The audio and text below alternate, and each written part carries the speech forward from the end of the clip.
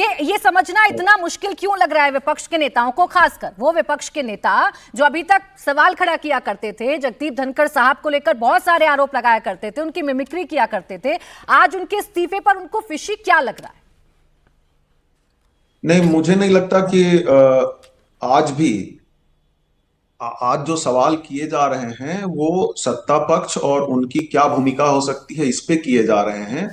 मुझे नहीं लगता कि धनखड़ जी को लेके कोई बिल्कुल जो है उनको सारे सांसद और राज्यसभा के सारे लोग जो है क्लीन चिट देंगे। भविष्य का इतिहास जब लिखा जाएगा तो वो पद जो एक प्रश्न के दायरे में आया, एक लोकतांत्रिक और संवैधानिक मूल्यों के साथ समझौता हो रहा है, उस दायरे में आया, तो भविष्य का इतिहास इसका मूल्यांकन तो करेगा ही।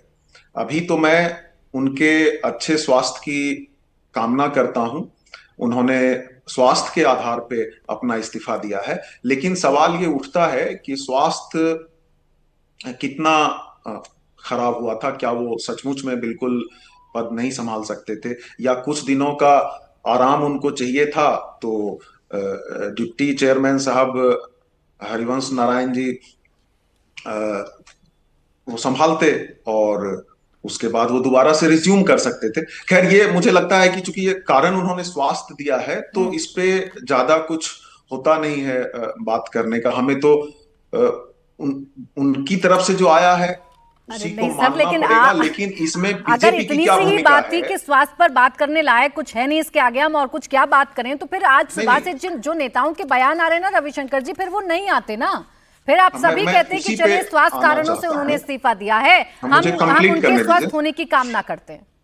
हाँ, मुझे कंप्लीट करने दीजिए। देखिए, बोलिए। ये भी हो सकता है कि जिस तरह से कल नड्डा जी ने सदन के अंदर जब वो कहा कि ये रिकॉर्ड में नहीं जाएगा, या आशय ये था कि भाई वो रिकॉर्ड में जाएगा जो हम कहेंगे, मतलब सत्ता पक्ष कहेगा, तो उसको लेके उनकी भावनाएं भी हर्ट हो सकती हैं, क्योंकि ये तो पब्लिकली हो रहा था, सदन के अंदर हो रहा था, सब लोग देख रहे थे, इनका उनको सदमा भी लग सकता है।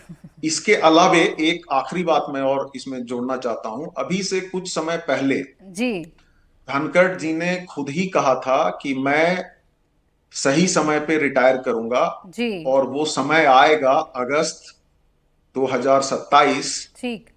और ये इस बात पे भी निर्भर करेगा, वर्ड उन्होंने यूज किया था, सब्जेक्ट टू डिवाइन सर वो इंटरवेंशन, जगदीप धनखड़ साहब दैवी जिनकी दैवी दखल। मिमिक्री विपक्ष ने की, जिन पर पार्शल होने के आरोप लगाए, जिनके वो खिलाफ नो उनके कॉन्फिडेंस कार्यशैली मोशन के आया, वजह से राज्यसभा के हुआ अंदर था। तीखी खट्टी मीठी नोकझोंक देखने को मिली, तब आहत नहीं हुए, लेकिन जेपी नड्डा जी प्राची का आप जी, जिक्र कर रहे हैं, उनके बयान से आहत हो गए। ये नई जानकारी विपक्ष को प्राप्त हो गई कि मुझे उन्होंने एक इस्तीफा दे लाइन दिया। कंप्लीट सब करने कुछ दीजिए प्राची अटकलों जी, पर अगर है ना। अनुमति हो तो। आप कंप्लीट ही कर रहे थे सर तब से। ये हाँ तो हाँ, सब कुछ अटकलों पर तो है ना, कुछ ठोस कुछ अब पुख्ता जो है है, तो मुझे बताइए, मैं सवाल पूछूं। खैर अभिषेक झा जी, अब ये सारे बयान आपके नेताओं के इर्द गिर्द घूमने लग गए हैं। अब तेजस्वी यादव कह रहे हैं अगर सेहत ही ग्राउंड होता तो नीतीश कुमार साहब तो कब के दे चुके होते इस्तीफा, उन्होंने तो नहीं दिया, तो जगदीप धनखड़ साहब ने कैसे दे दिया फिर?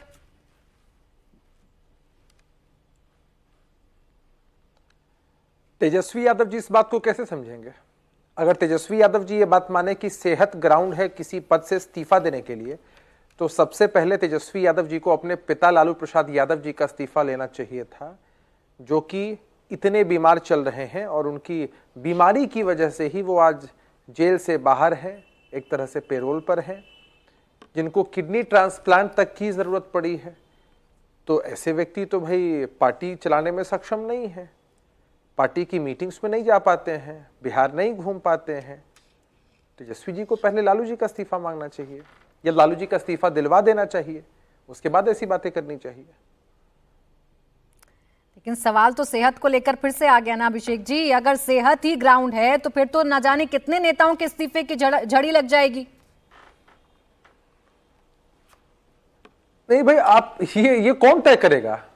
प्राची जी, आज मेरी सेहत खराब है, मान लीजिए मुझे बुखार है, तो भी मैं आकर काम कर रहा हूं, मेरी इच्छा है।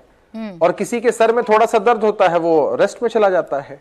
तो ये तो व्यक्ति विशेष पर निर्भर करता है ना। या आप और मैं जज करने वाले कौन बिल्कुल होते नहीं हैं? जज करेंगे, लेकिन या ये हमारे वही विपक्ष व्यक्ति के साथी विशेष कौन है, होते हैं जज रुकिए ना, करने ये वाले? वही व्यक्ति कि विशेष कोई है, व्यक्ति ये वही क्या व्यक्ति महसूस विशेष करता है है? जो अस्पताल से भर्ती होने के बाद भी अगले दिन आकर अपनी कार्रवाई को रिज्यूम करते हैं, अपने काम को रिज्यूम करते हैं। ये वही व्यक्ति विशेष हैं जिनके दिल में स्टैंड पड़ता है, उसके बावजूद वो आकर अपने काम को फिर से रिज्यूम कर लेते हैं। एकाएक स्वस्थ दिखने वाले अचानक से अस्वस्थ हो जाते हैं। अभिषेक जी, तो आपको कुछ तो पता चल रहा होगा, सियासी गलियारों में कोई तो जानकारी होगी, आपके अपने कुछ तो खुसफुसा रहे होंगे आपके कानों में।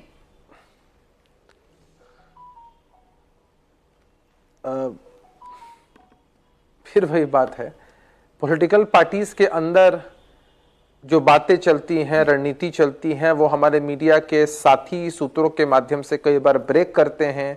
चीज़ें सही होती हैं, गलत होती हैं, लेकिन इस मामले में धनखड़ साहब सफिशिएंट हैं, केपेबल हैं अपने पक्ष को स्पष्ट करने के लिए, जिसको उन्होंने स्पष्ट किया है।